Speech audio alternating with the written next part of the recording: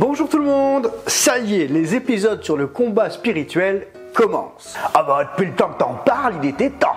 Avant d'aller plus loin, je voulais vous partager quelques livres de Derek Prince qui m'ont bien aidé au début et qui m'aident également encore aujourd'hui, notamment dans la réalisation de certains de ces épisodes. Le combat spirituel, ils chasseront les démons, abattre les forteresses et les règles du combat. Vous pouvez y aller. Et je ne vous cache pas qu'il y a quelques éléments de ces livres que vous retrouverez dans les épisodes. Et je ne vais pas réinventer l'eau chaude. Et d'autres éléments issus de mes lectures personnelles de la Bible, des enseignements reçus et de ce que le Seigneur m'a donné d'expérimenter.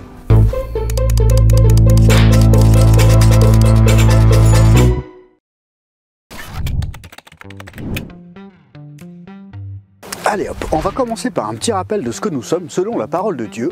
Nous sommes des êtres, esprit, âme et corps. Le corps, tout le monde sait ce que c'est l'enveloppe physique dans laquelle tu vis. Notre âme, c'est ce qui est responsable de nos prises de décision, notre volonté, nos réflexions, nos émotions.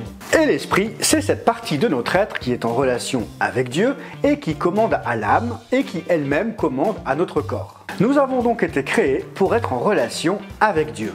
Mais quand Adam et Ève ont péché, leur esprit mourut. L'esprit de tous leurs descendants est donc mort, et leur âme, sans esprit au contrôle, est en roue libre totale. Freestyle complet! Pas d'écoute de Dieu, complètement rebelle. Donc, si tu ne vois pas Dieu agir dans ta vie, c'est normal. C'est parce que ton esprit est mort.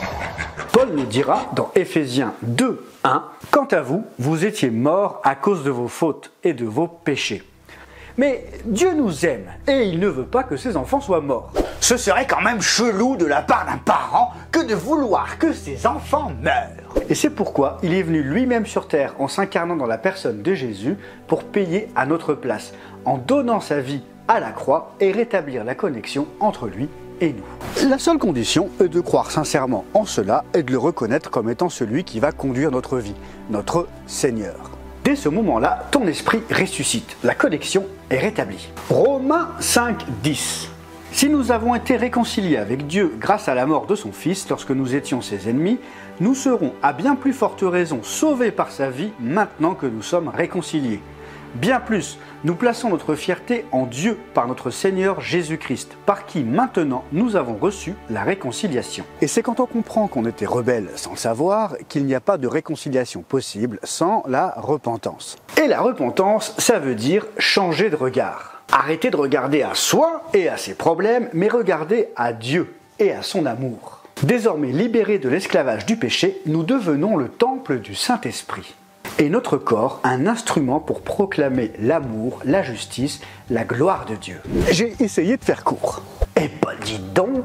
Bon, alors maintenant, c'est pas tout d'avoir une connexion rétablie. Jésus nous demande d'être avant tout des disciples, pas des fans de karaoké qui viennent voir un spectacle le dimanche matin.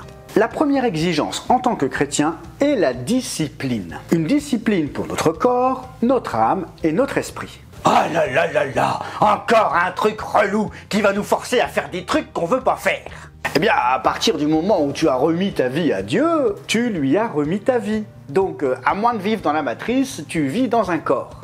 Je suis un être totalement spirituel. Vu que nous sommes le temple du Saint-Esprit, ce temple ne peut pas être plein de graffitis et en ruine totale. En revanche, le Saint-Esprit, quand il va arriver, va te faire un état des lieux et commencer un processus de restauration. C'est ce qu'on appelle la régénération. Nettoyer ce qui est sale, réparer ce qui est cassé. Mais il va respecter ta volonté et n'agira que là où tu lui autoriseras d'agir. Et c'est là que nous devons mourir à nous-mêmes. Ne plus dire « je pense que »,« je veux que »,« je crois que ».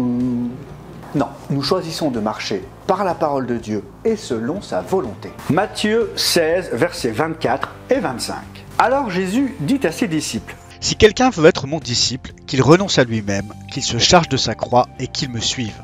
En effet, celui qui voudra sauver sa vie la perdra, mais celui qui la perdra à cause de moi la retrouvera. » Dans 1 Corinthiens 6, verset 16, Paul nous dit que « Ne savez-vous pas que celui qui s'unit à la prostituée est un seul corps avec elle ?»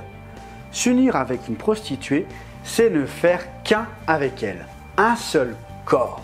Mais juste après, il nous dit dans 1 Corinthiens 6, verset 17, « Mais celui qui s'unit au Seigneur est un seul esprit avec lui. » S'unir avec Dieu, c'est ne faire qu'un seul esprit avec lui.